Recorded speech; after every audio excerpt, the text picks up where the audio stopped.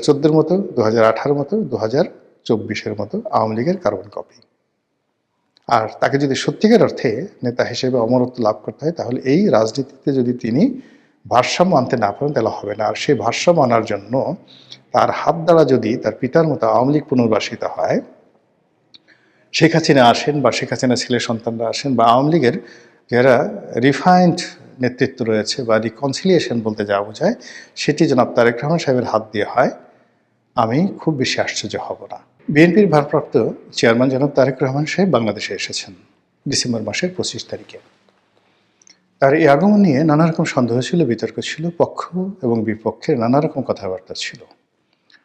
যারা বলেছিলেন যে তারেক রহমান সাহেব আসবেন না বা আসতে পারবেন না, শেষ দিন পর্যন্ত যারা অটল ছিলেন 25 তারিখ সকালবেলা পর্যন্ত, এবং অনেক আশঙ্কা করেছিলেন যে তিনি হয়তো আসতে যদি পারেনও এয়ারপোর্ট থেকে বের হতে পারবেন না। এই যে যারা হতাশাবাদী যে গ্রুপটি ছিল, তাদের মুখে রীতিমতো চুনকালি দিয়ে তিনি এয়ারপোর্ট থেকে বের হয়েছেন এবং দেশের মাটিতে পা রেখে খালি পায়ে তিনি মাতৃভূমির মাটিকে সম্মান জানিয়েছেন, আবেগপ্রবণ হওয়ার চেষ্টা করেছেন এবং সেখান থেকে তিনি নেতাকর্মীদের মাঝে চলে এসেছেন 300 ফিটের সংবর্ধনা স্থলে।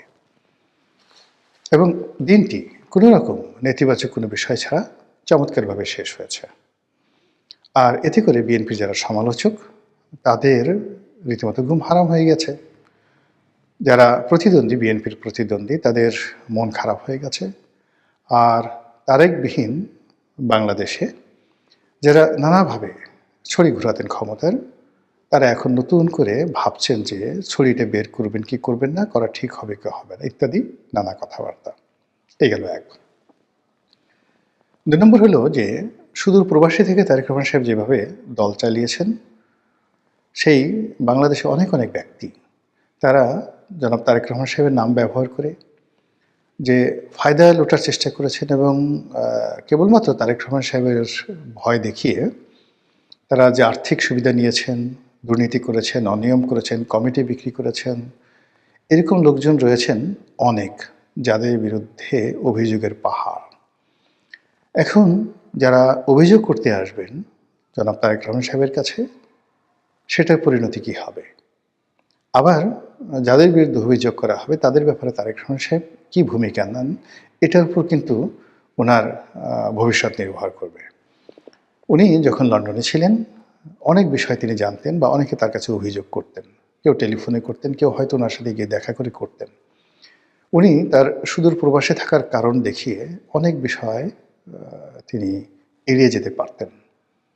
কিন্তু যেহেতু এখন সরাসরি তিনি বাংলাদেশে আছেন, কাজেই এখন তার দলের যে কোনো দুর্বলতা, যে কোনো অক্ষমতা, যে কোনো অনিয়ম, এটি তিনি দায় এড়াতে পারবেন না। তাকে এই দায় নিতে হবেই। কাজে এগুলোর উপরে তার অনেক কিছু নির্ভর করবে। আর তাকে এই সময়টিতে সবচেয়ে বেশি তাকে যে রক্ষা করতে পারবে, সেটা হলো প্রবল রাজনৈতিক প্রতিদ্বন্দ্বিতা। তিনি যদি রাজনৈতিকভাবে প্রতিদ্বন্দ্বিতার মুখোমুখি না হন, তার নেতাকর্মীরা যদি অবাধে বাংলাদেশে দাপট দেখাতে পারে, আপনি নিশ্চিতভাবে ধরে নিতে পারেন যে তাদের পরিণতি ছাত্রলীগ, যুবলীগ কিংবা আওয়ামী লীগের চাইতে 1000 গুণ খারাপ হয়ে যাবে, কোনো সন্দেহ নেই। এই জন্য হয় কি, যখন কোনো একটা সমাজে প্রতিযোগিতা না থাকে, আমাদের প্রকৃতিটাই কিন্তু আল্লাহ রাব্বুল আলামিন তৈরি করেছেন তাপ চাপ দিয়ে। অর্থাৎ আপনার চারিদিক থেকে বাতাসের চাপ থাকবে, মাটিতে আপনার একটা টান থাকবে, মাধ্যাকর্ষণ শক্তি থাকবে, মহাকর্ষণ শক্তি থাকবে, আকাশ থেকে টানতে থাকবে এবং আপনার শরীরটিকে আপনি ব্যালেন্সে রাখতে পারবেন। কিন্তু এই ব্যালেন্সটা যেখানে থাকে না, বাতাস থাকে না, আলো থাকে না, সেখানে মানুষ হাওয়ায় উড়তে থাকে চাঁদের দেশের মতন করে। এই জন্য আসলে শক্ত প্রতিদ্বন্দ্বী থাকা যে কোনো একজন মানুষের সফলতার জন্য সবচেয়ে ভালো। রাজনীতিতে সবসময় আপনি পৃথিবীর যত বিখ্যাত লোক দেখেন, সব লোকেরই রাজনৈতিকভাবে প্রবল প্রতিপক্ষ ছিল এবং এর জন্যই তারা ভালো করেছেন। শহীদ প্রেসিডেন্ট জিয়াউর রহমান জমানাতে তিনি যখন ক্ষমতায় এলেন, তখন প্রথম তার জন্য যে সমস্যা দেখা দিল সেটা হলো জাসুদের বাড়াবাড়ি।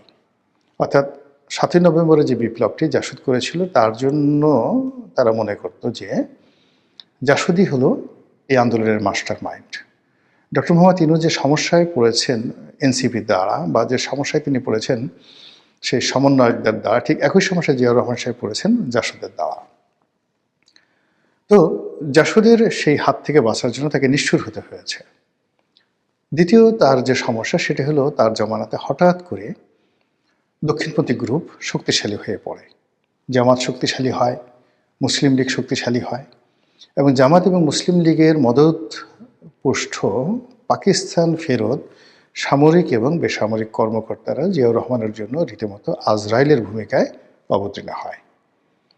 এবং জিয়াউর রহমান সাহেব যেহেতু মুক্তিযোদ্ধা ছিলেন, আর অন্যদিকে যেহেতু মুক্তিযুদ্ধের যারা সপক্ষ শক্তি তাদের আউস্ট হয়ে গিয়েছিল, অর্থাৎ আওয়ামী লীগ সেই সময়টাতে ছিল, ফলে ওই শূন্যটাতে যেভাবে মুসলিম লীগ জামাত দখল করেছিল ঠিক একই অবস্থা কিন্তু এখন বাংলাদেশে দক্ষিণপন্থীদের আওয়ামী লীগের অবর্তমানে তাদের যে শক্তিমত্তা, এটা জিয়াউর রহমানের জামানাতে যতটা বেশি ছিল তার সাথে অনেক অনেক বেশি জনাব তারেক রহমান সাহেবের জন্য চাপ তৈরি করবে। জিয়াউর রহমান সাহেবের জামানাতে যারা ছিলেন মুসলিম লীগের, জামাতে ইসলামী, তারা অনেক প্রাজ্ঞ ছিলেন, অভিজ্ঞ ছিলেন, এবং এখনকার মতো ইন্টারনেট ছিল না। এবং তখন টিনের ছেলে কাওয়া বা ১ ২ ৩ এই ধরনের স্লোগান হবে, এটা কল্পনাই করা যেত না। কোনো একজন সম্মানিত লোককে নিয়ে এ ধরনের কথাবার্তা বলবে, এটি কেউ মানে আউট অফ দেয়ার ইমাজিনেশন। কিন্তু এখন কি হলো, এখন এমন একটা বেয়াদব জেনারেশন আমাদের সামনে চলে এসেছে, এরা সব কিছু করতে পারে, যে কোনো মানুষকে নিয়ে যে কোনো কথা বলতে পারে, যে কোনো অপরাধ করতে পারে, এবং তাদের কোনো রকম অনুশোচনা বোধ নেই, লাজ নেই, লজ্জা নেই, অপমান বোধ নেই, কিচ্ছু নেই। একটা নতুন জেনারেশনের মধ্যে চলে আসছে। ফলে তারেক রহমান সাহেবকে এই জেনারেশন মোকাবেলা করে, এবং এই জেনারেশনের যারা দক্ষিণপন্থী গ্রুপ আছেন তারা আরও ডেঞ্জারাস। এই জিনিসগুলো যদি তাকে মোকাবেলা করতে হয় আগামী দিনগুলোতে, তাহলে তার দলের অস্তিত্ব থাকবে না। জিয়াউর রহমান সাহেব যখন দেখলেন যে তিনি জামাতের সঙ্গে পেরে উঠছেন না, তখন জামাতের রাজনীতিটাকে তিনি কৌশলে ডিফিকাল্ট করে দিলেন, যাকে বলা হয় জটিল করে দিলেন।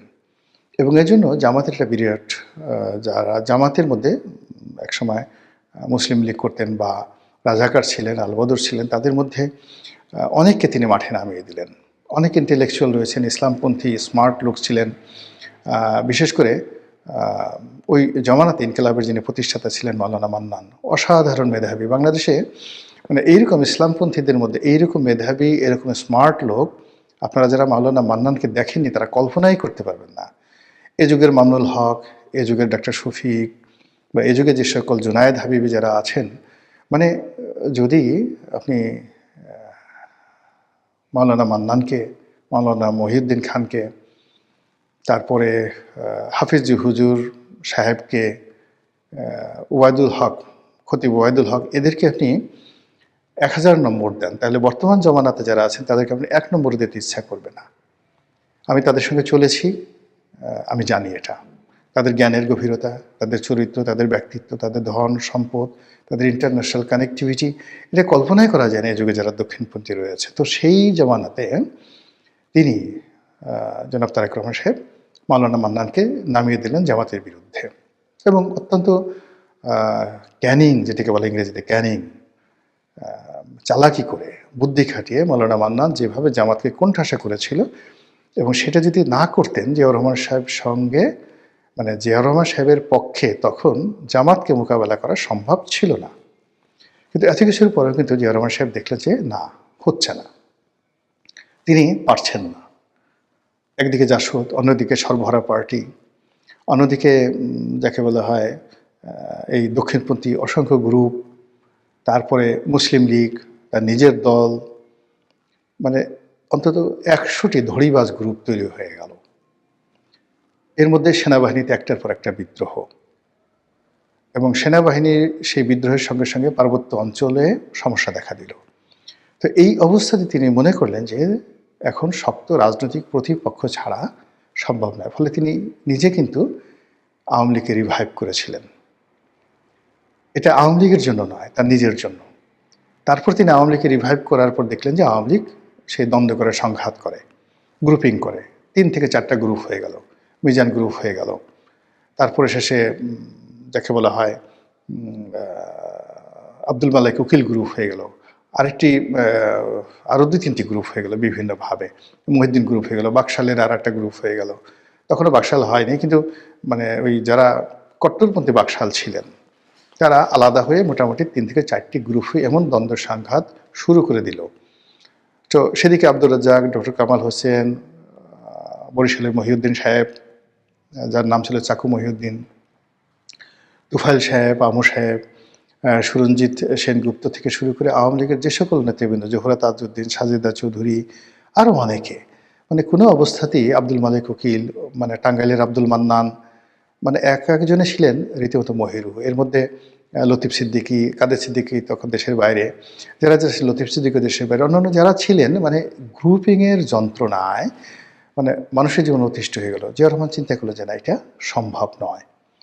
তখন এই তিনি কিন্তু শেখ হাসিনাকে আনার উদ্যোগ নিলেন আওয়ামী লীগকে ঐক্যবদ্ধ করার জন্য। কারণ হলো তিনি যেখানে হাত দিচ্ছেন সেখানে বিশৃঙ্খলা, জামাতে বিশৃঙ্খলা, মুসলিম লীগে বিশৃঙ্খলা, তার নিজের দলে বিশৃঙ্খলা, এবং সে নিজের দলে বিশৃঙ্খলতা মানে চট্টগ্রামের বিশৃঙ্খলতা বন্ধ করার জন্য, পলিটিক্যাল নেগোসিয়েশন করার জন্য গিয়েই তো তিনি মারা গেলেন, শহীদ হলেন। তো ওই অবস্থাতে তিনি শেখ হাসিনাকে ফেরত এনেছিলেন যেন তার একটা শক্ত প্রতিপক্ষ থাকে। কিন্তু শেখ হাসিনা আসার অল্প কিছুদিন পরেই তিনি কিন্তু নিহত হন। ফলে তিনি রাজনীতির যে সুবাতাস, রাজনীতির যে সুখ, সেটা কিন্তু পাননি। একজন মিলিটারি ডিক্টেটর হিসেবে, একজন অ্যাডমিনিস্ট্রেটর হিসেবে তিনি যে তার শুভকর্ম, সেই শুভকর্ম নিয়ে তিনি বেঁচে আছেন। তো ওই অবস্থাতে যদি তার মৃত্যু হতো তাহলে তার পরিণতিটা কি হতো বলা যায় না। যেহেতু একটা দুর্ঘটনার মাধ্যমে, একটা সেনা বিদ্রোহের মাধ্যমে, একটা অভ্যুত্থানের মাধ্যমে তার নির্মম হত্যাকাণ্ড হয়েছে, ফলে তিনি যে পাবলিক সেন্টিমেন্ট পেয়েছিলেন, এই কারণে জিয়াউর রহমান এখন সকল মানুষের সম্মান এবং মর্যাদার প্রতীক হয়ে আছেন। কিন্তু তার পলিটিক্যাল যে থিওলজি, ধর্মতত্ত্ব, তার যে পলিটিক্যাল তিনি যে মানে যে একটা লিগেসি তৈরি করার চেষ্টা করেছিলেন, সেই জিনিসটি বিএনপির যারা লোকজন আছে তাদেরকে বুঝতে হবে যে কেন তিনি আব্দুল হামিদ চৌধুরী, কেন তিনি আবুল মনসুর আহমদ, কেন তিনি ফেরদৌস আহমেদ কুরেশির মতো মানুষকে এতটা মর্যাদা দিতেন, এতটা মর্যাদা দিতেন। এইগুলো একটা গ্রুপ। আরেকটা গ্রুপ ছিল সেই আতাউর রহমান সাহেব, মশিউর রহমান যাদু মিয়া, শাহ আজিজুর রহমান, এদের মতো লোককে নিয়ে তারা আর একটা গ্রুপ ছিল। আর পার্লামেন্টটাকে জমিয়ে রাখার জন্য কাজী জাফর আহমেদ, মওদুদ আহমেদ, ওবায়দুর রহমান, কে এম ওবায়দুর রহমান, তাদেরকে দিয়ে তিনি আর একটা গ্রুপ। কিন্তু কোনো অবস্থাতে আওয়ামী লীগ ছাড়া কিন্তু তার এই যে বাংলাদেশের সবচেয়ে মেধাবী লোকগুলোকে তিনি নেওয়ার পরেও কিন্তু তিনি স্বস্তি পান নাই। ব্যালেন্স করার জন্য তাকে কিন্তু আওয়ামী লীগটাকে রিভাইভ করার পরে আবার আওয়ামী লীগকে রিভাইভ শুধু করে না, ঐক্যবদ্ধ করার জন্য শেখ হাসিনাকে আনয়ন করতে হয়েছিল। বোঝার চেষ্টা করুন।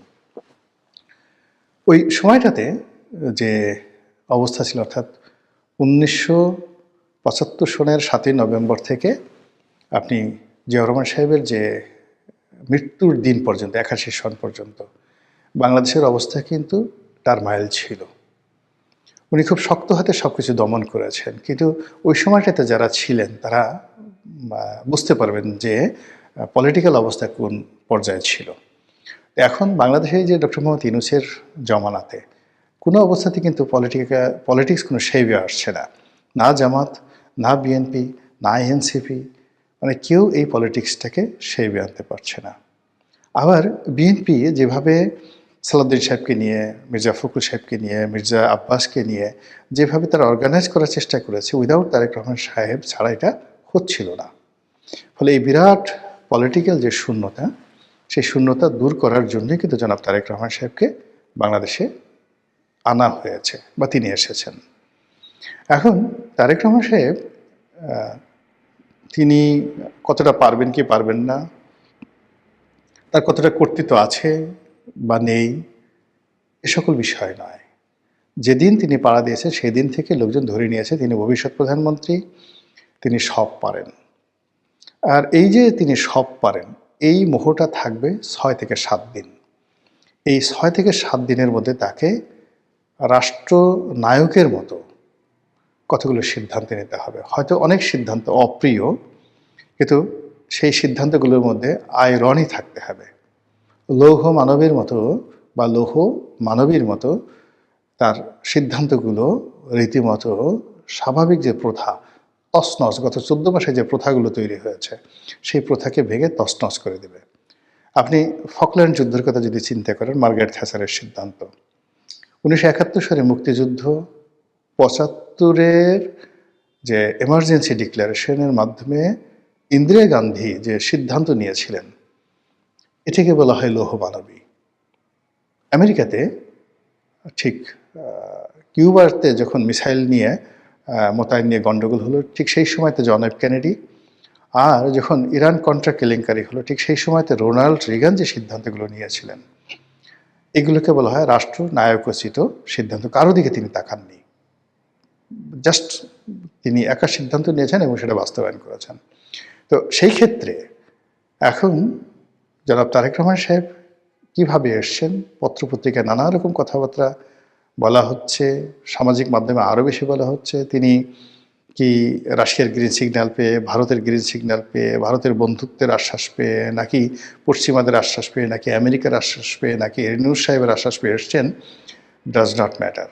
তাকে যে কাজটি করতে হবে সেটা হলো তার দলের যে বিশাল এই মুহূর্তে যে জনগণ আছেন তাদের মধ্যে একটা রাজনৈতিক সাম্যতা, ভারসাম্য আনার জন্য তার উপযুক্ত প্রতিদ্বন্দ্বী লাগবে, এবং সেই প্রতিদ্বন্দ্বী যদি তিনি দাঁড়া করান জামাতকে, জামাতও শেষ, তিনিও শেষ।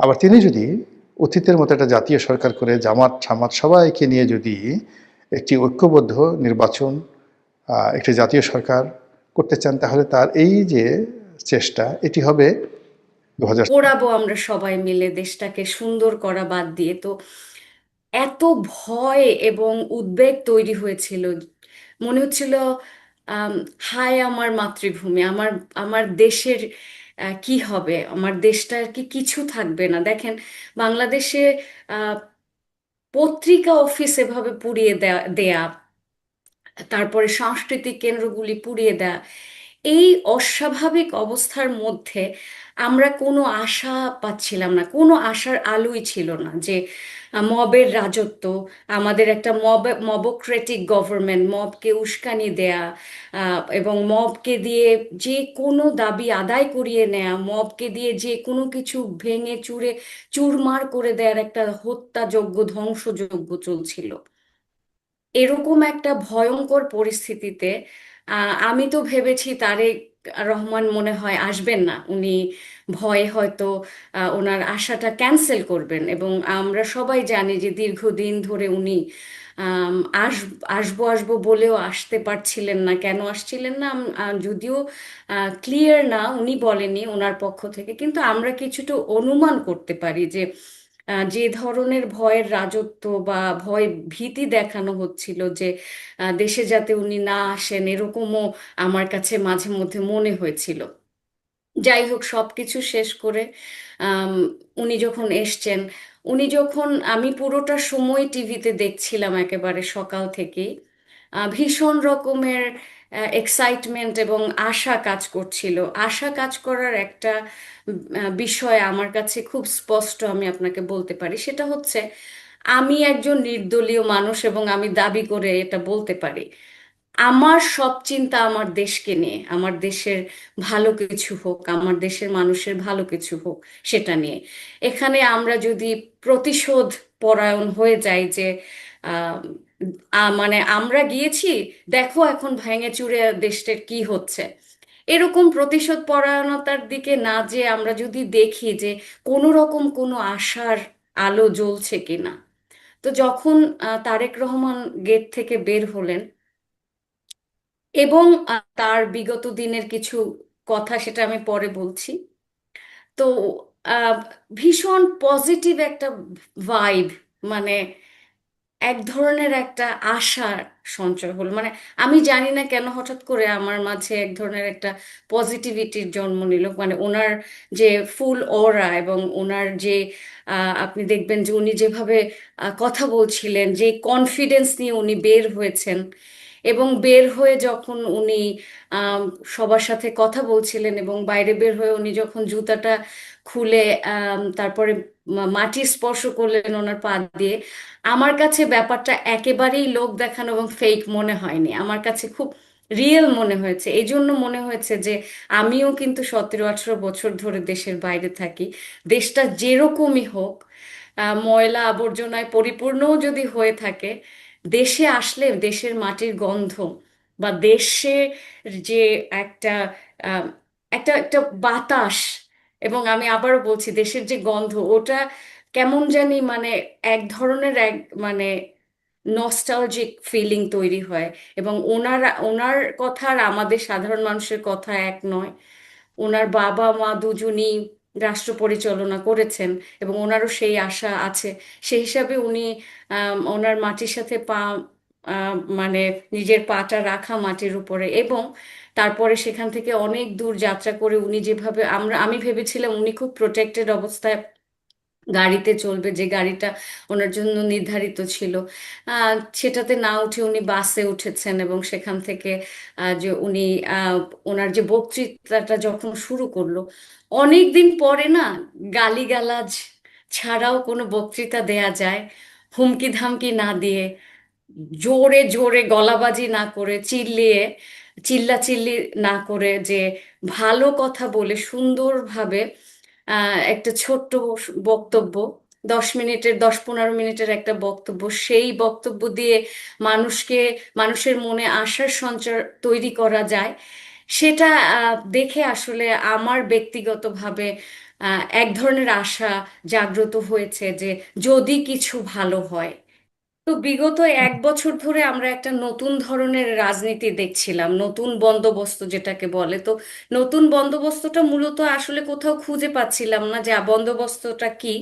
বন্দোবস্ত বলতে যেটা যতটুকু বুঝেছিলাম সেটা দেখলাম যে মানে নতুন গালির প্রাদুর্ভাব হয়েছে, মানে রাজনৈতিক আপনি রাজনৈতিক আলাপে বা রাজনৈতিক বক্তৃতায় আম, গালি ব্যবহার করা হচ্ছে এবং গালিটাকে লেজিটিমেসি দেওয়া হচ্ছে, অ্যাট দ্য সেম টাইম গালিটাকে রোম্যান্টিসাইজ করা হচ্ছে এবং জোর গলায় চিল্লিয়ে চিল্লিয়ে বক্তব্য দিচ্ছে যে ওকে মেরে ফেলবো, ওকে ছিঁড়ে ফেলবো, ওখানে আগুন লাগাবো, ওখানে ভেঙে চুরমার করে দেবো, ওটা যে ভাঙো সেটা গিয়ে ভাঙো, বিদেশ থেকে কেউ কেউ বুলডোজার পাঠাচ্ছে, ভাঙছে সে সেই তারই মাঝখানে হঠাৎ করে একজন এসে ভীষণ কাম ভয়েসে, পরিশালিত ভাষায়, যেটা কিনা খুব ভদ্রচিত ভাষায়, যেহেতু আমি একজন শিক্ষক আমি এটা খুব পছন্দ করি। তো উনি যে মানে বক্তব্যটা দিচ্ছিলেন, ওনার ওনার যে ভয়েসের যে কামনেস এবং উনি যেভাবে ভাষাকে ব্যবহার করেছেন, সব মিলিয়ে হঠাৎ করে মনে হচ্ছে না, গালিগালাজ করা ছাড়াও তো স্বপ্ন দেখানো যায়, এবং গালিগালাজ করা ছাড়াও, হুমকি ধামকি দেয়া ছাড়াও তো আসলে রাজনীতি করা যায়। তো বা রাজনৈতিক বক্তব্য দেয়া যায়, বা আমার কাছে মনে হয় যে গালিগালাজ, হুমকি ধামকি ছাড়াই রাজনীতি করতে হবে, এবং সেটা উনি জি, আসলে কালকে শিখিয়ে দিয়েছেন। এটা বুঝলাম যে উনি স্বপ্ন দেখিয়েছেন, আপনি এখন ওই স্বপ্নের ঘরের মধ্যে হয়তো বা আছেন। এটা ভালো, এটা খারাপ না, এটা নিয়ে আমার কোনো বক্তব্য নেই। কিন্তু আমার কথাটা হলো যে উনি যে কথাগুলি বলেছেন, যে একটা কথা উনি বলেছেন যে ওনার একটা পরিকল্পনা আছে, ওনার একটা প্ল্যান আছে। এই প্ল্যান সম্পর্কে অবশ্য উনি খুলে কিছু বলেননি, কিন্তু আমরা তো নিশ্চয়ই চাইবো উনি খুব দ্রুত এসে প্ল্যানটা আমাদেরকে ইনফর্ম করবেন।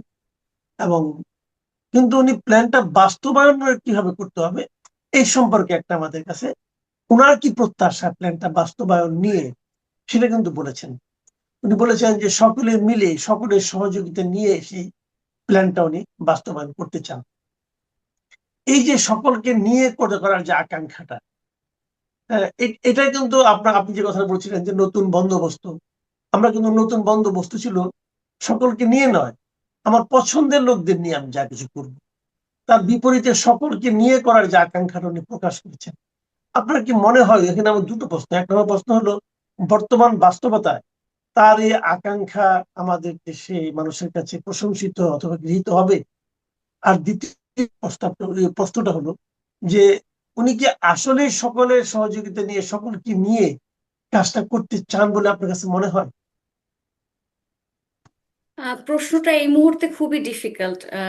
ওনার কথা শুনে এই পর্যন্ত, আজকের পর্যন্ত আমাদের একটা আশা জাগ্রত হয়েছে। সেটা কেন জাগ্রত হয়েছে আমি একটুখানি বলছি।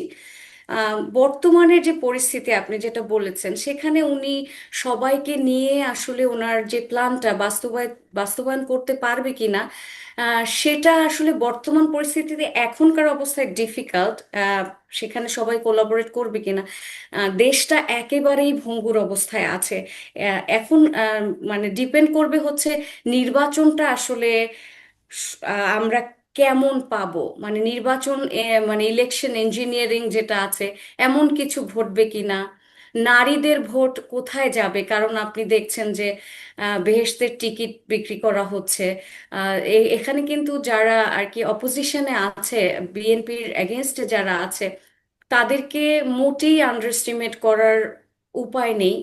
বিরাট একটা জনগোষ্ঠী তৈরি হয়েছে যাদের মব করে অভ্যাস হয়ে গেছে। তারা কথায় কথায় আন্দোলন করছে, কথায় কথায় মব করছে। সেখানে গণতান্ত্রিক ব্যবস্থায় কিন্তু যদি কোনোভাবে যদি ধরেও নেই যে বিএনপি আসে বা আসবে, ধরেও নেই যে তারেক রহমান যদি ভবিষ্যৎ প্রধানমন্ত্রী হয়ও কারেন্ট ফিউচারে, তারপরেও এক ধরনের একটা অথরিটি কিন্তু তার থাকতে হবে। আমি কিন্তু অথরিটেরিয়ান গভর্নমেন্টের কথা বলছি না। যেহেতু আমি সবসময় বলি যে গণতন্ত্র বলতে কি বোঝায় আমরা যেহেতু বুঝি না, তো আপনি যখন কোনো অ্যাডমিনিস্ট্রেশন পরিচালনা করবেন, সেখানে কিন্তু আপনার সার্টেন ফর্ম অফ অথরিটি দরকার। আপনি ভাঙচুরকে আপনার অবশ্যই নিয়ন্ত্রণ করতে হবে, মবকে নিয়ন্ত্রণ করতে হবে। গত 1-1.5 বছর ধরে যে মব, বাঁধ ভাঙা, যাদের কোনো নিয়ন্ত্রণ নেই, যারা যা ইচ্ছে তাই করেছে, সেটা কিন্তু 1 বছরে অভ্যাসে অভ্যাসে পরিণত হয়েছে। তারা এখন প্রতিবাদ মানেই ভাঙচুর, প্রতিবাদ মানেই অগ্নিসংযোগ, যে দেশের সম্পত্তিকে ধ্বংস করা, হ্যাঁ, বা আপনার পরমত, যেটা অপরাপর যে মত আছে, সেগুলিকে আপনার নিষ্ক্রিয় করা, ধ্বংস করা। আপনি তাদের বিরুদ্ধে কিছুই বলতে পারবেন না। এখন ওইখান থেকে অথরিটিটাকে কতটুকু আহ, নতুন গভর্নমেন্ট তাদের উপরে আসলে ইমপ্লিমেন্ট করতে পারে, সেখান থেকে আবার আহ, এক মানে কয়েক মাসের মাথায় না বলে ফেলে যে আর এক ধরনের ডিকটেটোরিয়াল গভর্নমেন্ট হয়েছে। এখন বাংলাদেশে এমন একটা সময় এসছে যে যে কেউ যেমন এতদিন শুনেছেন ফ্যাসিজম, ফ্যাসিস্ট, এটা সেটা, এটা বলছে বলছে, বুঝুক আর না বুঝুক বলছে। এখন দেখা যায় যে খুব শক্তভাবে দেশের আইন শৃঙ্খলা নিয়ন্ত্রণ করা এখন সবচেয়ে বড় চ্যালেঞ্জ হয়ে দাঁড়াবে নতুন গভর্নমেন্টের উপরে। এখন এই জিনিসটা যখন করতে যাবে, তখন কিন্তু তারা একটা বদনাম তাদের মানে সহ্য করতে হবে। বলবে যে এই যে আগের ফ্যাসিস্ট গভর্নমেন্টের মতো তারাও ফ্যাসিস্ট হয়ে উঠছে, এগুলি করবে। কিন্তু একটা জিনিস, আপনি যদি প্ল্যানটাকে বাস্তবায়ন করার একটা একেবারে কন্টেম্পোরারি আজকের সকালের উদাহরণটা দেখেন, তাহলে আমি অদ্ভুত সুন্দর একটা উদাহরণ বলতে পারি। কালকে যে বিশাল জনসমাবেশ হয়েছে, তাতে কিছু গাছপালা ভেঙেছে। তারপরে আপনার ময়লা আবর্জনায় পরিপূর্ণ হয়ে গেছে 300 ফিট, বা এয়ারপোর্ট রোড থেকে শুরু করে। সেখানে বাংলাদেশের মানুষ তো দায়িত্ব নেয় না, তারা তাদের রেসপন্সিবিলিটি জানে না, তাদের সিভিক ডিউটি জানে না, তারা মনে করে যে এটা সরকার করবে। তো আজকে সকালবেলা দেখলাম বিএনপির নেতৃবৃন্দ এবং বিএনপির মানে ছাত্রদল, এরা মিলে সিটি কর্পোরেশনের কাছ থেকে অনুমতি নিয়ে বা সিটি কর্পোরেশনের সাথে কোলাবোরেট করে, এবং প্রচুর ভ্যান সেখানে হচ্ছে আপনার ওয়েস্ট পিকিং যে ভ্যানগুলি আছে সেগুলি নিয়ে, এবং ওয়েস্ট পিকার যারা কিনা ময়লা সংগ্রহ করে, প্রচুর পরিমাণে মানুষ নিয়ে এরা সবাই মিলে সেটা পরিষ্কার করছে, যেটা আমি আগে কোনোদিন দেখিনি। যেহেতু আমি সলিড ওয়েস্ট ম্যানেজমেন্ট নিয়ে থিসিস আমার ছিল, এটা সুতরাং এই জিনিসটা আমার খুব চোখে পড়ে। এবং তারা বলেছেন যে গতকালকে যে পরিমাণ মেস হয়েছে এখানে, ময়লা আবর্জনা হয়েছে, আমরা সিটি কর্পোরেশনের সাহায্য নিয়ে কালকে রাতেই কিন্তু ওনারা নাকি এই বিষয়ে সিদ্ধান্ত নিয়ে ফেলেছেন যে আমরা কালকে পরিষ্কার করব, এবং আজকে তারা একদম সকাল থেকে পরিষ্কার করা শুরু করেছে। এবং তারা এটাও বলেছে যে যে জায়গায় গাছ ভেঙেছে সেই সেই জায়গায় আমরা অনুমতি নিয়ে আবার গাছ রোপণ করে দিব। তো যে যে তারা তাদের, যেহেতু এটা তাদের জনসভা ছিল, তাদের দ্বারা যেটুকু ক্ষতি হয়েছে সেগুলি তারা সুন্দর করে পূরণ করে দেওয়ার চেষ্টা করছে। এটা আমার কাছে প্ল্যানের এক্সিকিউশনের একটা না না, এটা ফার্স্ট আসলে স্টেপ কিন্তু হচ্ছে। আমাদের দেশের জন্য একটা একটা নতুন উদাহরণ আমার মনে হয়, যেটা এখান থেকে আমরা কিন্তু শিক্ষা নিতে পারি। জনসভা তো এটাই শেষ জনসভা নয়, এরপরেও তো এই ধরনের জনসভা হতে থাকবে। বিভিন্ন রাজনৈতিক দলও করবে, বিএনপিও করবে। বিএনপি যদি তার পরবর্তী জনসভাগুলোতে এই একই ধরনের আচরণ করে, তাহলে সেটা কিন্তু অন্য দলগুলোর জন্য একটা কিন্তু প্রেরণা হিসেবে কাজ করতে পারে, দেশের মানুষের জন্য একটা প্রেরণা হিসেবে কাজ করতে পারে। তো এই ধরনের বড় কাজ তো বড় দলগুলির করা উচিত। এটা আমি অবশ্যই পরিবর্তনটাকে আমি খুবই প্রশংসা করি। আপনিও খুব ভালোভাবে প্রসঙ্গটা তুললেন। জি, আপনি বলুন, তারপরে থেকে আপনি আরো প্রত্যাশাগুলি শুনি। আম, তো আহ, সকালবেলায় একটা প্ল্যান তারা গভর্নমেন্টের না থেকেও গভর্নমেন্টের সাথে মিলেই এক্সিকিউট করেছে। আপনি যেটা বলেছিলেন যে সকলের সাথে মিলে মিশে করতে পারবে কিনা, দেখেন আমাদের দেশের সারাটা যুগ ধরে একেবারে স্বাধীনতার পর থেকেই ডিভিশনের রাজনীতি চলছে, প্রতিহিংসার রাজনীতি চলছে। এখন গতকালকের তারেক রহমানের বক্তব্যে আমি ভারত বিরোধিতা দিয়ে সে শুরু করেনি, ফ্যাসিস্ট ফ্যাসিস্ট বক্তব্য দিয়ে সে শুরু করেনি। তো এখানে ওনার ভয়েসে এখন পর্যন্ত আমি খুব বলতে পারেন যে ওরকম প্রতিহিংসা দেখতে পাইনি। তো তারা যদি জিতে যায়, আজকে যে কর্মকাণ্ড তারা করেছে অসাধারণ, সেটা তারা কি কন্টিনিউ করবে কিনা সেটাও একটা প্রশ্ন। যে জেতা পর্যন্ত কিনা। আম, তারপরে হচ্ছে যে বাংলাদেশের মিডিয়াগুলি, আমি একটুখানি ক্রিটিসাইজ করতে চাচ্ছি এখন মিডিয়াকে। সেটা হচ্ছে যে তারেক রহমানের আমি প্রিভিয়াসলি কিছু বক্তব্য দেখেছি ইংল্যান্ডে বসে, উনি ঠিক আসার আগে ওখানেও উনি কিছু জনসংযোগ করেছিলেন। সেখানে উনি বলেছিলেন, ওখানে সবাই ওনার নামে মিছিল দিচ্ছিলেন লোকজন, তখন উনি বলেছিলেন বিএনপির নেতাকর্মীদেরকে যে I don't enjoy it at all. আপনারা যে তারেক রহমান জিন্দাবাদ বলছেন এটাতে আমি খুব একটা খুশি হই না। এটা শুনে আমার কাছে ভীষণ ভালো লেগেছিল। তার মানে কি, উনি চাটুকারিতা আসলে পছন্দ করে না, বা পা চাটা ওনার পা চাটলে যে উনি খুব খুশি হয়ে যাচ্ছে সেটাও না। তো এই এখন মিডিয়া তাকে নিয়ে আসলে কোথায় যাবে? তাকে কি কনস্ট্রাকটিভ ক্রিটিসিজমের মাধ্যমে একটা সুন্দর দেশ গড়ার দিকে নিয়ে যাবে, নাকি অতিরিক্ত চাটুকারিতা করে আম, উনি যদি নাও চায় তারপরেও শুধুমাত্র বিএনপির বা ওনার দলের গুণগান করতে থাকবে? এরকম যদি হয় তাহলে কিন্তু অ্যাকাউন্টেবিলিটি থাকবে না। তাহলে এতটা প্রশ্রয় কিন্তু কারো জন্য সুখকর হয় না। প্রত্যেকটা মানুষের অ্যাকাউন্টেবিলিটির প্রয়োজন আছে, হ্যাঁ। তো এখানে মিডিয়ার একটা বড় ভূমিকা আছে, সুশীল সমাজের একটা বড় ভূমিকা আছে, যারা কিনা মেইন স্ট্রিম টেলিভিশনে যে সমস্ত মানুষগুলি টক শো করে, তাদেরও একটা কনস্ট্রাকটিভ ক্রিটিসিজম বা সবাই মিলে কি করে দেশকে গড়া যায় সেদিকে যেতে হবে। এক্ষেত্রে বিগত আম, এক এক বছর বা 1.5 বছরে আমরা প্রতিহিংসার রাজনীতি দেখেছি। নতুন বন্দোবস্তের যে ছোট ছোট ছেলে মেয়ে, তাদের মুখে প্রতিহিংসা ছাড়া আমি কোনো বক্তব্য দেখিনি। হিংস্রতা, আম, মনে হয় যে এখনই খেয়ে ফেলবে ছিঁড়ে। তাদের বডি ল্যাঙ্গুয়েজ দেখবেন যে যে এনসিপির ছেলেপেলে আছে, জামাতের ছেলেপেলে আছে, আহ, ছিঁড়ে কেটে ফেলে দিবে। যেমন ধরেন, আপনি দেখেছেন নিশ্চয়ই রাজশাহী বিশ্ববিদ্যালয়ের একটা ঘটনা। রাজশাহী বিশ্ববিদ্যালয়ের যে এজিএস বা যারা আম, নির্বাচিত হয়েছেন, সে আম, রাজশাহী বিশ্ববিদ্যালয়ের যে আওয়ামীপন্থী যারা আছে, যে বা ছিল, তাদেরকে সে শত্রু মনে করছে, এবং সে নিজে একটা রেজিগনেশন লেটার লিখে এনেছেন এবং এত বিশ্রী ভাষায় বলছেন যে এটাকে আপনার কষ্ট করে লিখতে হবে না, আমি লিখে এনেছি, আপনি সই করে দেবেন। এবং সে কিভাবে তার শিক্ষকদের সাথে গলাবাজি করছিল, গালিগালাজ করছিল, এবং এত নোংরা ভাষায় এই সমস্ত ছেলেপেলে কথা বলছে, এরা নাকি ইসলামী পন্থার রাজনীতি করে। আমি ছোটবেলা থেকে, আমারও জন্ম একটা মুসলিম ফ্যামিলিতে, কোনোদিন কিন্তু আমি দেখিনি যে আমার ফ্যামিলির কেউ বলছে যে তোমার ইসলাম কায়েম করতে বা শরিয়া কায়েম করতে তোমার গালিগালাজ করতে হবে। কোত্থেকে শিখেছে এরা এই সমস্ত বিষয়? আপনি দেখবেন যে বরঞ্চ তারা, এই ছেলেগুলি কিন্তু ইসলামকে ভীষণভাবে কলুষিত করছে, ইসলামকে এক ধরনের বদনাম করছে। হ্যাঁ, ধর্মকে বদনাম করছে, ধর্ম দিয়ে ব্যবসা করছে এরা, এবং ধর্মকে দিয়ে এরা হচ্ছে এদের ক্ষমতার চর্চা করছে। এই হলো একটা পর্যায়ে। আর একটা পর্যায়ে দেখবেন যে 16ই ডিসেম্বর, যে 16ই ডিসেম্বরকে ভিক্টরি ডে যেটা ছিল, সেটাকে নিয়ে নানা ধরনের নেগেটিভ বক্তব্য।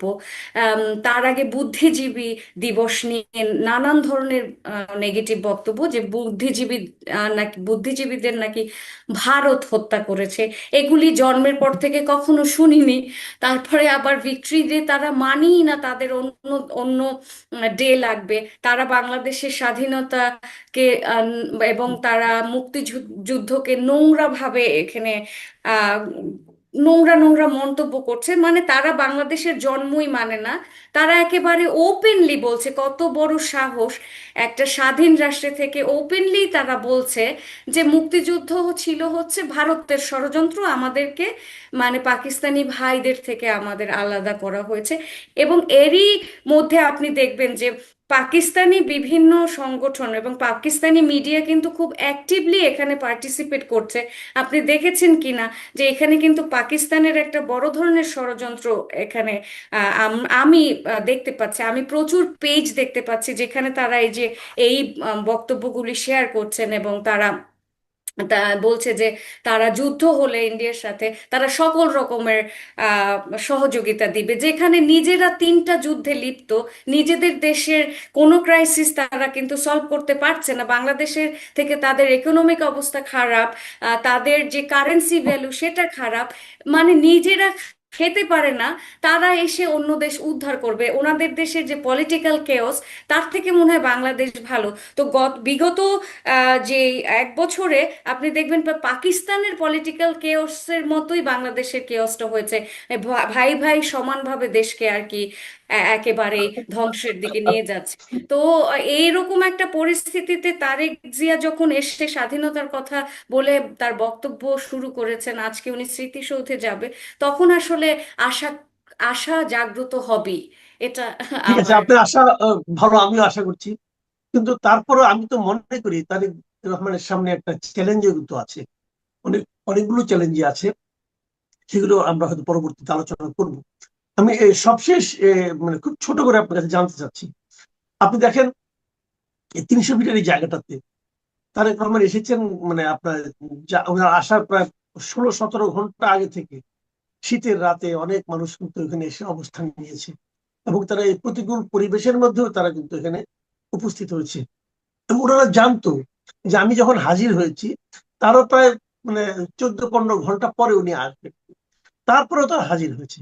কেন?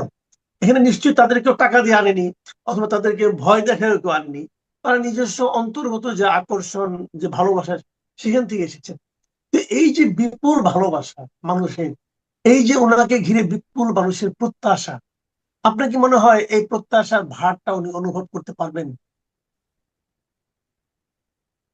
উনি দীর্ঘদিন ধরে একটা আহ, গণতান্ত্রিক ব্যবস্থার মাঝখানে ছিলেন। 17 বছর উনি ইংল্যান্ডে কাটিয়েছেন। আমি নিজেও ইংল্যান্ডে থেকেছি, আমি ইংল্যান্ডের এডুকেশন সিস্টেম, পলিটিক্যাল সিস্টেম কিছুটা হলেও বুঝি। তো ওনার যে একটা শিক্ষানবিশ পিরিয়ড হয়েছে, উনি নিশ্চয়ই সেখানে নিশ্চুপ ছিলেন না। উনি পড়েছেন, উনি দেখেছেন, উনি ওখানে প্রচুর মানুষের সাথে আহ, যোগাযোগ করেছেন। ওখান থেকে রাষ্ট্র কিভাবে খুব পিসফুলি পরিচালনা করতে হয় আপনি দেখেছেন। উনি পিস শব্দটাকে সেভারাল টাইম ইউজ করেছেন, কারণ উনি বুঝেই গেছেন যে বাংলাদেশ সে শান্তি নাই, আমাদের শান্তি প্রয়োজন। তো এই জিনিসটা যেহেতু উনি ওনার একটা প্র্যাকটিক্যাল শিক্ষা হয়েছে একটা আম, মানে বলতে পারেন একটা পিসফুল কান্ট্রি থেকে, একটা গণতান্ত্রিক কান্ট্রি থেকে।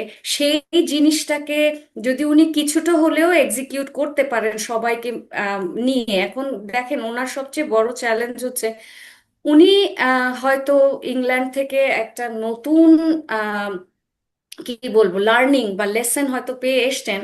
ওনার কথায়, ওনার ম্যাচুরিটি, ওনার শব্দ চয়ন সব কিছুতেই আমি ওই জিনিসের ছায়া দেখতে পাই। যেহেতু আমি নিজে ইংল্যান্ডে পড়াশোনা করেছি, আমি জানি কিভাবে ইংল্যান্ড ওয়ার্ক করে। খুব ওদের ভাষা ভীষণ সুন্দর। আপনি যে জানেন যে ব্রিটিশরা থ্যাংক ইউ সরি ছাড়া কোনো কথা বলে না। আপনাকে কাটিয়ে যেতে হলেও ওরা বলবে সরি, মে আই গো।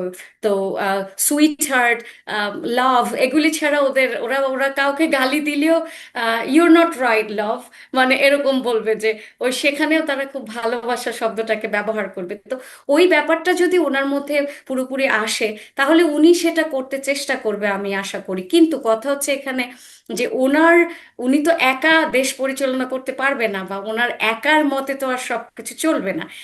যারা দীর্ঘদিন বাংলাদেশের রাজনীতিতে অভ্যস্ত হয়ে পড়েছে, যে কেওটিক রাজনীতি এবং যেখানে আম, পরমতকে দমন করার রাজনীতি, আম, এই ধরনের রাজনীতিতে যারা অভ্যস্ত, যারা দলের হচ্ছে আপনার নেতাকর্মী বর্তমানে আছেন, তারা কি আহ, ওনাকে কোঅপারেট করবে কিনা, বা উনি যেভাবে চায় সেভাবে আসলে ওনারাও চলতে পারবে কিনা, এই ধরনের অনেক চ্যালেঞ্জ এখানে থাকে। পাবলিক তো একটা চ্যালেঞ্জ হয়ে দাঁড়িয়েছেই, তৌহিদি জনতা একটা চ্যালেঞ্জ হয়ে দাঁড়িয়েছে, যেটা তো আমাদের তৈরি হয়ে গেছে।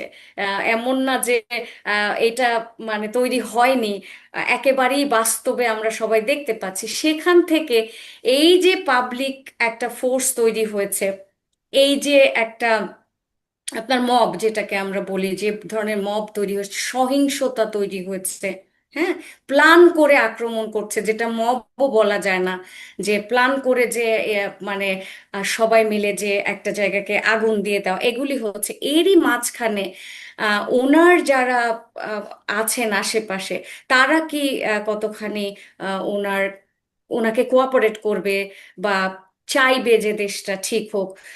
করাপশন আমরা আগে দেখেছি যে বিএনপি যখন ক্ষমতায় ছিল প্রচুর করাপশন হয়েছে। তো ওই করাপশনটা কি আসলে, করাপশনে কিন্তু চ্যাম্পিয়নও হয়েছিল তখন। তো ওগুলি কিন্তু আমাদের মাথায় রাখতে হবে যে করাপশনে কি আবার চ্যাম্পিয়ন হবে, নাকি ভালোর দিক থেকে চ্যাম্পিয়ন হবে। সেই জিনিসটা কিন্তু আমাদের আহ জি, যা বুঝতে হবে। বুঝতে পেরেছি। অনেক ধন্যবাদ, অনেক ধন্যবাদ ডাক্তার। আপনি মানে আরো অনেকের মতোই তারেক রহমানের আগমনটাকে খুবই পছন্দ করছেন, আশাবাদী হচ্ছেন। আমি নিজেও আশাবাদী হতে চাই। তো আমরাও দেখতে চাই। তবে আপনি একটা আশঙ্কার কথা বললেন যে মোসাহিব এগুলি যা হচ্ছে আজকে বিভিন্ন আপনি যে বললেন, আমি নিজেও খেয়াল করেছি। আজকে পত্রপত্রিকা এগুলো আমি দেখেছি। আমি একটা পত্রিকা দেখলাম, সেই পত্রিকার ফার্স্ট পেজে, আমি নিজে যেহেতু সাংবাদিক, আমি কন্টেন্ট অ্যানালাইসিস গুলো আমি এমনি এমনি করি, এটা আমার অবচেতন মনেও করি। তো আমি আজকে দেখলাম যে একটা পত্রিকার প্রথম পাতায় 11টা নিউজ ছাপা হচ্ছে, 11টা। ফার্স্ট পেজে মোট নিউজের সঙ্গে 11টা, এবং এই 11টা নিউজের 11টাই তারেক রহমানকে নিয়ে। এটা হতে পারে না। এটা কোনো জার্নালিজম নয় আসলে। কিন্তু ওনারা করেছেন।